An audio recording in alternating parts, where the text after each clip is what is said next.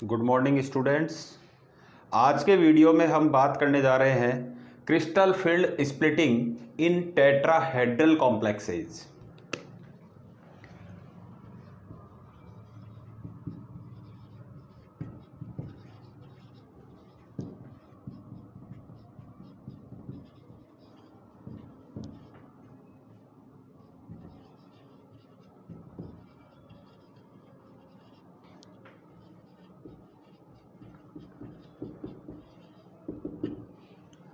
देखिए, tetrahedral complexes की study में हम जानते हैं कि जब भी कोई कॉम्प्लेक्स बनता है तो यहाँ पर sp3 हाइब्रिडाइजेशन होता है और जो लिगेंड होते हैं वो संख्या में कितने होते हैं? 4। अब हम टेट्राहेड्रल ज्यामिति को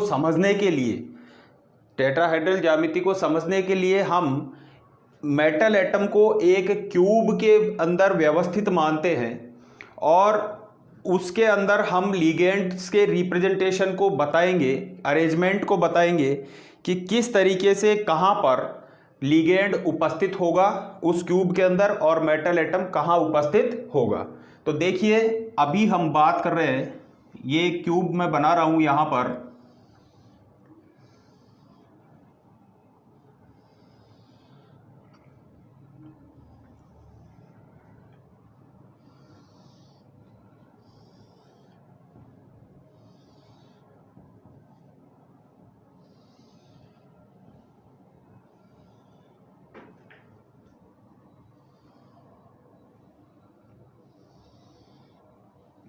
ये इस तरीके से मैंने यहाँ पर एक क्यूब बना दिया है।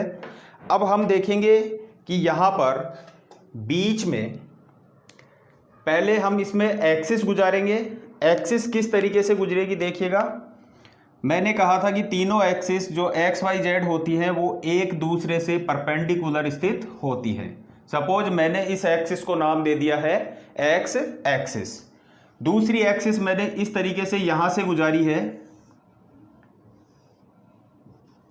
जिसको मैं नाम दे रहा हूं जेड एक्सिस। कोई भी नाम दे सकते हैं, इसको वाई भी नाम दे सकते हैं।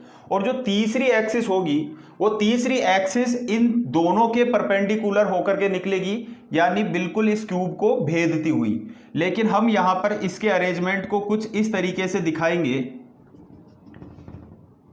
कि ये यहां पर हुई हमारी वाई एक्सिस।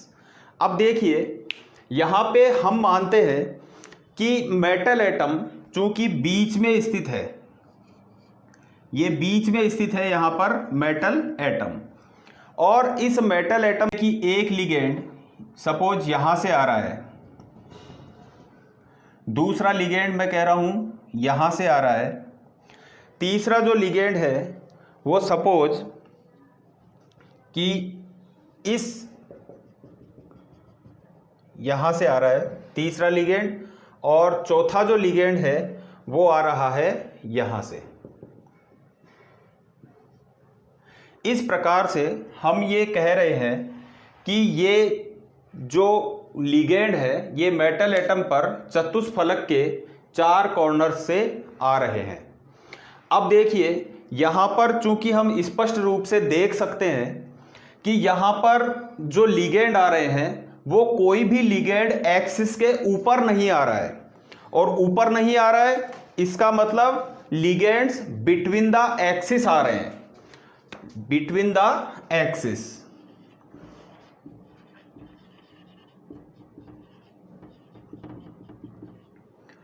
अब हम जानते हैं कि between the axis D orbital के डी कक्षक के कौन से ऑर्बिटल्स स्थित होंगे?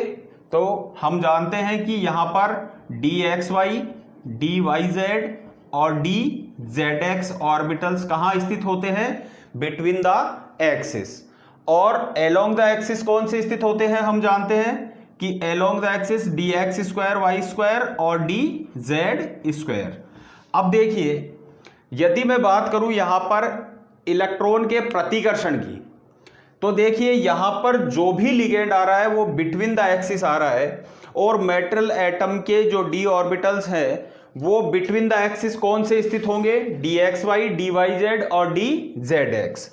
इसलिए जो मेटल के डी ऑर्बिटल है, D x Y Y Z और डी जेड एक्स वाले जो ऑर्बिटल्स है, उनमें उपस्थित जो इलेक्ट्रॉन्स है, केवल वही जो उनकी जहां लॉब्स स्थित है, मैंने कहा कि यहां पर ये अक्ष के बीच में स्थित है, यहां भी ये अक्ष के बीच में स्थित है।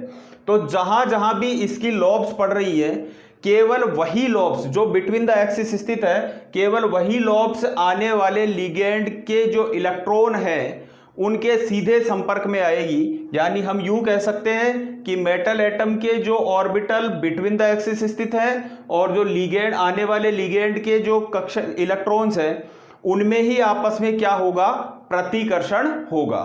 तो प्रतिकर्षण के परिणाम स्वरूप मैंने आपको बताया था कि यहां पर क्या संपन्न होता है, स्प्लिटिंग संपन्न होती है। तो देखते हैं इसकी स्प्लिटिंग किस तरीके से होगी।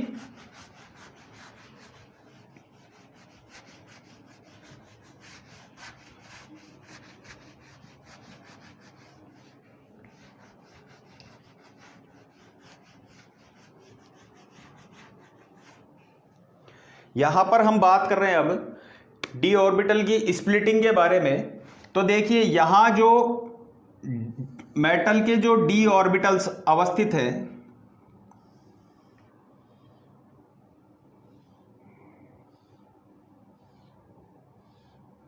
पांच, अभी मैंने आपको बताया कि यहां पर सीधे रिपल्शन में कौन से ऑर्बिटल्स आएंगे मेटल के, जो बिटवीन द एक्सिस स्थित होंगे।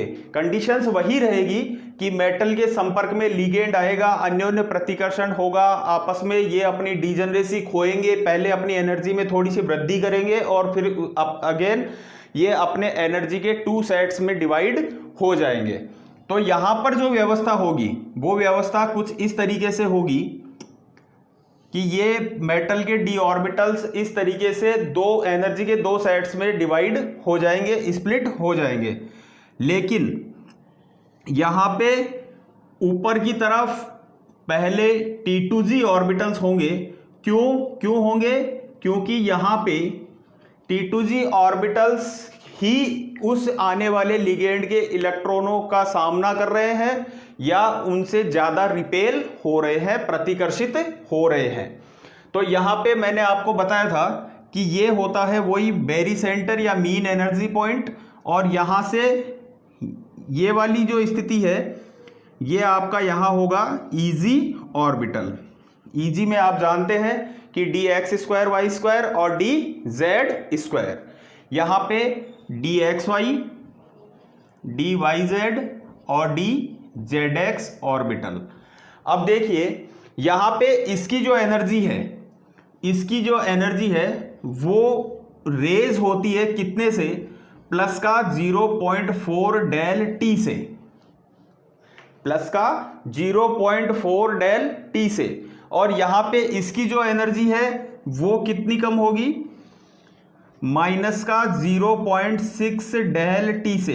यहां डेल टी, यहां t refers to the tetrahedral geometry है। अब यहां पे देखिए 0.4 डेल टी और माइनस 0.6 डेल टी, यहां भी वही बात लागू होगी कि गुरुत्व केंद्र के नियमानुसार ये अपनी एनर्जी में जितनी वृद्धि कर लेता है उतना ये अपनी एनर्जी में कमी कर लेता है। यहां पर प्लस और माइनस साइन केवल एनर्जी में वृद्धि और कमी को दर्शाता है। तो इस प्रकार से यहां पर टेट्राहेड्रल कॉम्प्लेक्स के अंदर स्प्लिटिंग संपन्न होती है। अब देखिए यहां पे ऑक्टाहेड्रल में और टेट्राहेड्रल में क्या डिफरेंस है। ऑक्टाहेड्रल में ईजी ऑर्बिटल्स की एनर्जी ज्यादा होती है, जबकि यहां पे T2G ऑर्बिटल्स की एनर्जी ज्यादा होती है। अब देखिए यदि यहां पर हम इसके अकॉर्डिंग इस टेट्राहेड्रल में अगर CFSE कैलकुलेट भी करना चाहें तो CFSE यहां कैलकुलेट करने का फॉर्मूला क्या बन जाएगा, plus 0.4 delta into P और माइनस में 0.6 डेल टी इंटू क्यू। इस तरीके से मैंने आपको बताया था कि P और Q यहां पे क्या हो जाएगा, P total number of electrons present in the T2G orbital और Q यहां पर हो जाएगा total number of electron present in the EG orbital.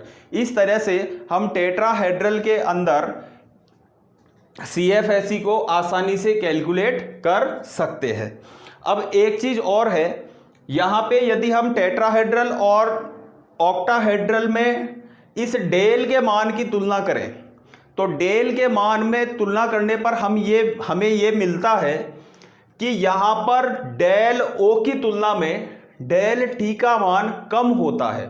और कम होने का कारण क्या है कि वहां पर 6 इलेक्ट्रॉन प्रतिकर्षित करते हैं, जबकि यहां पर केवल 4 ही इलेक्ट्रॉन प्रतिकर्षित करते हैं। इसलिए यहां पर डेल T का मान हमेशा डेल O से क्या होता है, कम होता है। और यदि हम बात करें कि यदि टेट्राहेड्रल और ऑक्टाहेड्रल में यदि हम धनायन है यानी मेटल एटम है, लिगेंड है, और लिगेंड और मेटल की डिस्टेंस यदि सेम होती है तो हमारे पास में एक रिलेशन भी निकल करके आता है कि डेल T बराबर 4/9 डेल O होता है।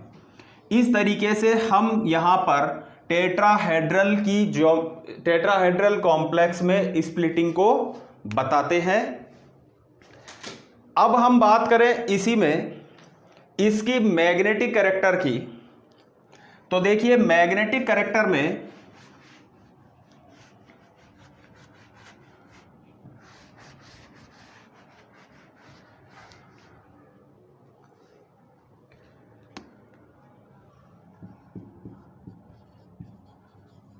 या मैग्नेटिक बिहेवियर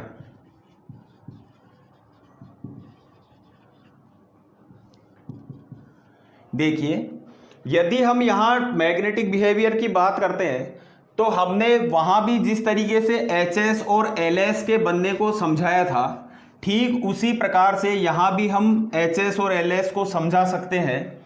और देखिए, यदि मैं यूं कहूं कि D1 और D2 विन्यास जब भी होगा तो जो पहला और दूसरा इलेक्ट्रॉन होगा वो कौन से ऑर्बिटल में प्रवेश करेगा, हमेशा इजी ऑर्बिटल में प्रवेश करेगा। यदि D1 कॉन्फ़िगरेशन है तो अरेंजमेंट कुछ इस तरह का होगा, और अगर D2 कॉन्फ़िगरेशन है तो अरेंजमेंट कुछ इस तरह का होगा।